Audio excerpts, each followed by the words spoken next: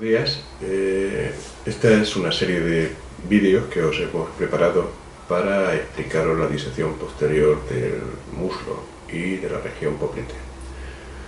Lo más importante es que llevéis en mente un esquema claro de cuál es la anatomía en profundidad y en superficie, sobre todo la anatomía descriptiva. Una foto como esta del Letter o cualquier otra que vosotros consideréis. Esperamos que os sean útiles.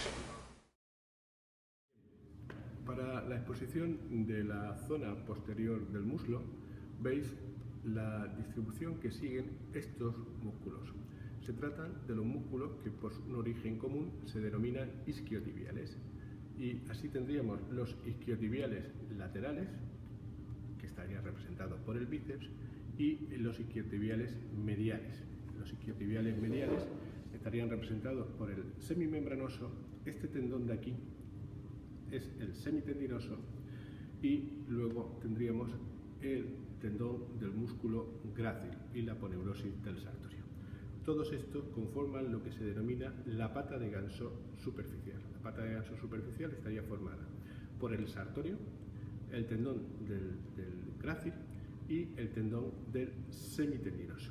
De hecho, el tendón del semitendinoso y el tendón del músculo grácil son los que muchas veces usamos en cirugía de reconstrucción del ligamento cruzado anterior, o incluso este tendón del músculo grácil es el que hacemos junto con el músculo para hacer microcirugía de cobertura de lesiones de la extremidad inferior.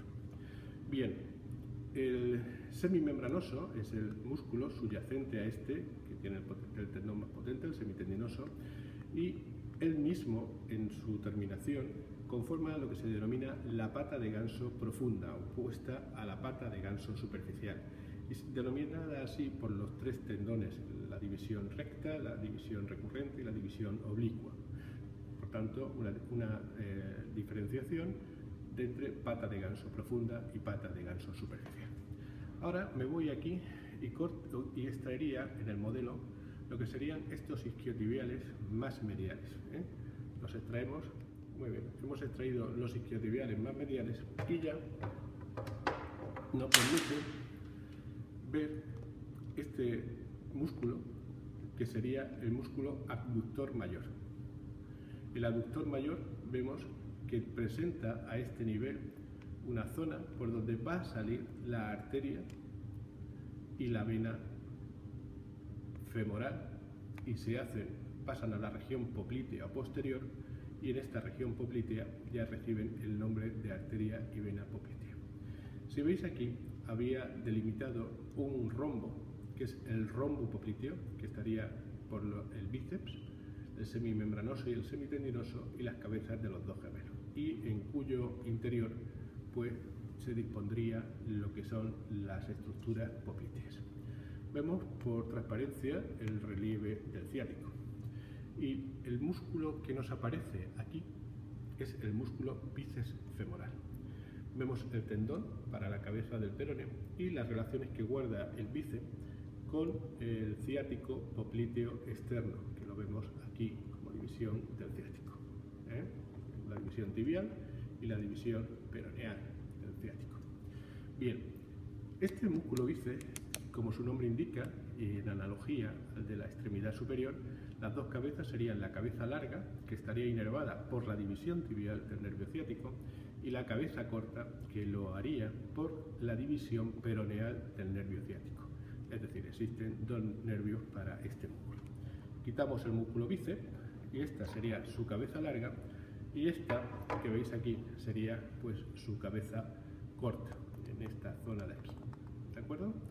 Y tendríamos aquí las estructuras que empezarían a comprender lo que es el rombo popliteo. Tendríamos los gemelos, el gemelo externo, el gemelo medial, y ya aquí las arterias recurrentes de la rodilla, posteriores. Y vemos el tríceps sural, cómo estas estructuras se van a meter en el hueso. Bueno, pues aquí tendríamos el nervio ciático, y el tronco que tenemos aquí es el nervio cutáneo femoral posterior del muslo. Podéis seguir su distribución y como aquí a nivel de la zona de la tuberosidad isquiática existen estos ramos. Son ramos sensitivos para la zona de la nalga y son los ramos perineales del nervio cutáneo posterior del muslo. Seguimos hacia abajo y vemos de este nervio cutáneo posterior del muslo y vamos viendo cómo va dando ramos sensitivos y luego su gran tronco, que aquí se ha cortado en íntima relación en la zona media una vez que se ha separado la fascia que le cubre de la fascia posterior del muslo. Este músculo que tenemos aquí es el músculo bíceps. El músculo bíceps, si veis aquí, podemos separarlo, las dos cabezas, y hemos intentado identificar la cabeza larga. Fijaros que ya cerca de la tuberosidad isquiática, el tendón está en íntima conexión con los otros isquiotibiales, por eso se habla de un tendón conjunto. Incluso para levantar, tendríamos que levantar el nervio cutáneo posterior del muslo para poder acceder a esta zona de aquí. Esta zona de aquí es la que muchos traumatólogos han identificado con los acortamientos de los isquiotibiales para hacer secciones de los mismos. Daros cuenta la íntima relación que existe entre esta zona con el nervio ciático y con los ramos cutáneos posteriores perineales una vez que tenemos que cortarlos. Quiero exponer mejor esta zona y ver cómo el nervio ciático va discurriendo y ya va dando ramos para las estructuras, para los músculos bíceps. Llama la atención como en este compartimento entre el bíceps, el cutáneo externo, se van determinando las fascias y ya vamos viendo estos ramos septales de gran importancia en la microcirugía para hacer los colgajos cutáneos laterales del muslo. Incluso este potentísimo ramo de la arteria circunfleja femoral lateral, si seguimos sus disecciones, vemos que en la zona del tendón del glúteo existen estos ramos que pongo por debajo de la punta de mi tijera, que a la hora de hacer la sección del tendón del glúteo producen sangrados intempestivos. Son estos. Vemos en la zona del trocánter menor ramos perforantes, aquí estaría el trocánter mayor, ramos perforantes, y aquí se adivina ya el vasto externo, y ramos trocantéricos, estos de aquí. Esta sería la arteria glúteo inferior y el glúteo mayor, como sabéis de las otras disecciones. Y hemos separado lo que sería el músculo bíceps, cabeza larga, de los isquiotibiales mediales. Al hacerlo, en el fondo, lo que encontramos es el nervio ciático, como la estructura que veis al fondo. Tenemos aquí el sistema de la segunda, de la tercera y de la última perforante, de la cuarta. Y ya vais viviendo cómo esta cabeza larga tiene un origen común con el semitendinoso y el semimembranoso, a nivel de la tuberosidad isquiática que está aquí. Hemos dicho que era el tendón común donde procedíamos a realizar la sección de los isquiotibiales costos, cuando lo sabía. Aquí otra característica importante que podéis ver es la inervación para la cabeza larga del bíceps, que como sabéis es a través de la división tibial. Y ahora vamos a ir exponiendo las estructuras de la fosa poplitea, que en este espécimen, como veis, está cubierto de grasa. Hemos ido exponiendo lo que sería la fosa poplitea, y la primera estructura, siguiendo la disección previa, es el nervio ciático. Aquí tenemos su división tibial y su división peronea. Fijaros la división peronea, cómo se hace muy superficial. De hecho, aquí se ha seccionado por lo superficial que es. Por eso, a nivel de la cabeza del peroné, debemos siempre llevar cuidado que no comprima el ciático, porque puede ser origen de parálisis del ciático poplite externo. Aquí tendríamos la vena safena menor y el nervio cutáneo medial de la pierna.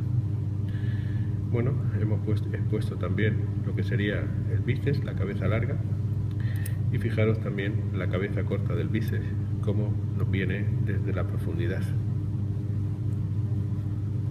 Quitamos un poquito de formol. Aquí estarían los tramos de la cabeza. Todavía tenemos mucha grasa recubriendo las estructuras de los perforantes, y en la siguiente disección pondremos ya lo que es la vena, que la estamos viendo por transparencia, la arteria y la salida a través del hiato aductor. Bueno, pues como veis aquí tenemos la cara posterior del muslo y hemos hecho una disección de lo que sería el hueco popliteo. Esta sería la fascia más superficial de la pierna, rebatida en esta zona. Fijaros que el nervio ciático, que habíamos disecado ya en otras preparaciones, cómo llegaba a tener una división tibial y una división peronea. La división peronea se hacía extremadamente superficial a nivel de lo que es la cabeza del peroné. De hecho, de aquí se ha extirpado.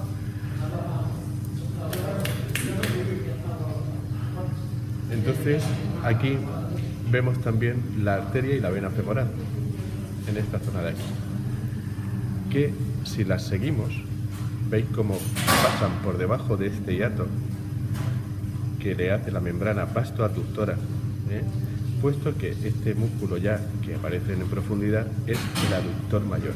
Fijaros aquí el hiato de salida de los troncos. Aquí ya tendríamos la arteria y la vena poplitea. Veis viendo los ramilletes, cómo se distribuyen las arterias de la rodilla, y veis aquí ya las primeras divisiones del nervio tibial, incluso los nervios para el gemelo superior. Este sería el gemelo externo y este sería el gemelo interno. He dejado aquí para que veáis la parte de la vena safena menor y el nervio cutáneo lateral intermedio del muslo, que nos sirve de referencia anatómica para acceder al paquete popliteo cuando entramos.